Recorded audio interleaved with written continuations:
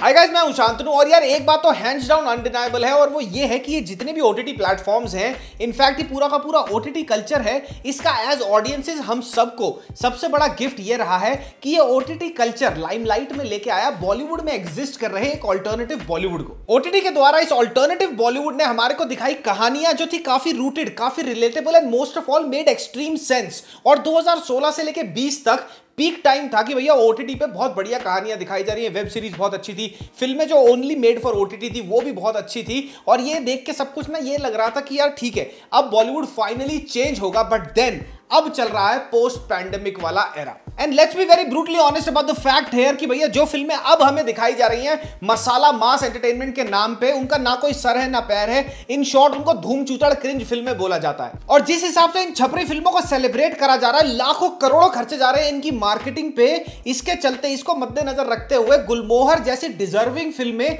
कभी भी वो एक्नॉलेजमेंट हासिल कर ही नहीं पाएंगी मेन स्ट्रीम बॉलीवुड में जो वो डिजर्व करती हैं। तो बस इसी बारे में आगे बात करेंगे और ये बताऊंगा मैं तुम्हारे को कि गुलमोहर कितनी खूबसूरत फिल्म है। ऑनेस्टली सेइंग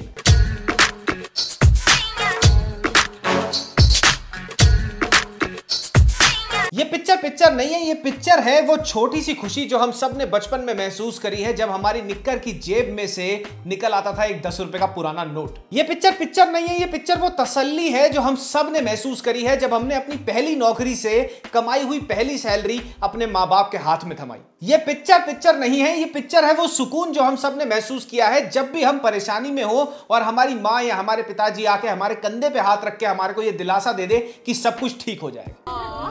हमारी आखिरी रात है इस घर में मामा। तो गाइस हॉटस्टार पे गुलमोहर रिलीज हो चुकी है and to be very honest इस पिक्चर को लेके कोई खास एंटिसिपेशन थी नहीं ऑडियंस में। इनफैक्ट बहुत सारे लोगों को तो अभी तक पता भी नहीं होगा कि हॉटस्टार पे ऐसी कोई पिक्चर आने वाली है। इस पिक्चर के आगे पीछे कोई खास प्रमोशन नहीं करी गई या फिर आजकल जो ट्रेंड चल रहा है आउट ऑफ द वर्ल्ड फिल्मों को प्रमोट करने का, इस पिक्चर में कुछ खास प्रमोट भी नहीं करा गया। इस पिक्चर में कोई टिपिकल ए लिस्ट एक्टर नहीं है, इस पिक्चर का कोई 100, 150, 200 करोड़ लंबा चौड़ा बजट नहीं है और साथ ही साथ इस पिक्चर में कोई फ्लैशी रीमेक गाने नहीं है। और फिर भी ये पिक्चर देखने के बाद I can tell you this with 100% surety कि गुलमोहर इस साल रिलीज हुई 99% ए लिस्ट बॉलीवुड फिल्मों से लाइट ईयर्स अहेड है। तुम सबसे एक दो बातें करनी है। गुलमोहर एक आउटस्टैंडिंग तमाचा है present day typical Bollywood film making sensibility पे। ये फिल्म बॉलीवुड के लिए एक एग्जांपल होना चाहिए कि भैया रीमेक्स के आगे भी दुनिया है। नए टैलेंट को, नए directors, music composers, writers, screen play writers को ज्यादा से ज्यादा मौके मिलने चाहिए और साथ ही साथ ए लिस्ट एक्टर्स के बिना भी ऐसी फिल्में बन सकती हैं जो लोगों के दिलों को छू जाए। शुरू से लेकर आखिरी तक Gulmohar is an outstanding showcase of excellent direction, incredible story writing and outstanding brilliant performances by each and every cast member. In all honesty मेरे को नहीं याद कि लास्ट टाइम मैंने इतना वेल मेड फैमिली ड्रामा कौन सा देखा था, because this film made me cry not once but multiple times throughout its run time. मैंने एक छोटा सा मकान खरीदा है पौंडीचेरी में, अब मैं वहीं रहूंगी। अब फंडामेंटली देखा जाए तो ये फिल्म एक फैमिली ड्रामा है जो आपको दिखाती है कि भैया एक जॉइंट फैमिली में रहने के क्या क्या डायनामिक्स हो सकते हैं। But one thing that I absolutely admired and loved about this film is the showcase of real pure feminism. 4 more shots of Bombay Begums में दिखाई गई झींगा मच्छी, वीकेंड सूडो फेमिनिस्ट जैसी फेमिनिस्ट कैरेक्टर्स नहीं है इस शो के अंदर। इस फिल्म में फेमिनिज्म का पोर्ट्रेयल वोक नहीं है, वो ऐसा पोर्ट्रेयल नहीं है कि भैया जो चीख रहा है, डिमांड कर रहा है अटेंशन या इक्वालिटी के लिए। एक एक feminist character including Sharmila ji's character in the film is extremely strong. They know their self respect, they are full of self esteem and at the same time they are very extremely respectful of their surroundings. They know that a family cannot function without a man, without a husband, without a brother, without a son. They are not putting anybody, any man down and yet they are standing shoulder to shoulder throughout the story. घर में क्या कम पागल पाल रखे हैं जो तुमने भी अपना नाटक शुरू कर दिया। और ये पॉजिटिव फेमिनिज्म के जो अंडरटोन्स है ना इस शो के अंदर, वो आजकल के वोक शोज में देखना एक्सट्रीमली रेयर है।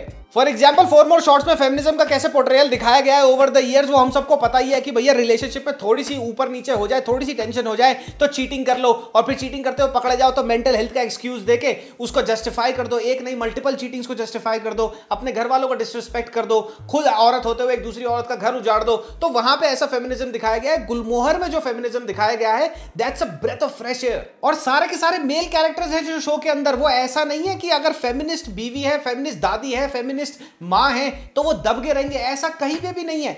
Each and every male character in the show knows कि वो जिस भी औरत से शो के अंदर डील कर रहा है वो उसके साथ शोल्डर टू शोल्डर मिला के खड़ी है, वो उसकी जिंदगी की बैकबोन है और ये पूरी की पूरी इक्वेशन उन दोनों के एक साथ चलने से ही चलेगी। मुझसे पूछ के किसी ने लिया तो नहीं फैसला, ना मम्मी ने ना तुम्हारे सुपुत्र ने।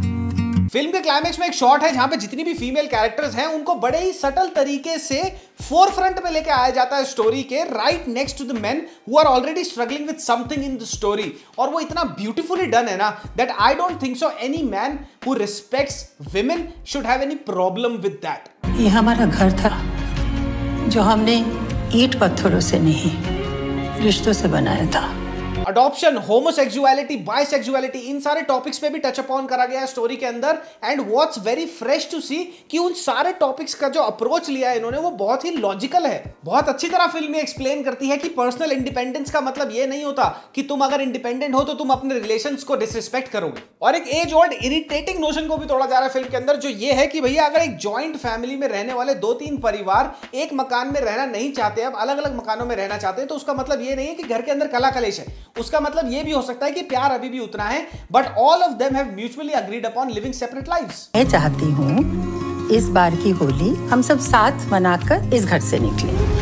मनोज वाजपेयी जी की मेरे हिसाब से टॉप 3 करियर परफॉर्मेंसेस में से एक है इस पिक्चर के अंदर। Sharmila ji looks absolutely graceful throughout the film, carries herself as a classy lady. Amol Palekar साहब को हमने लास्ट फर्जी में देखा था and it's really good to see him getting back on screen this readily. Suraj Sharma, Kaveri Seth, Simran, Utsavi Jha and all other cast members have done absolute justice to the roles that have been given to them.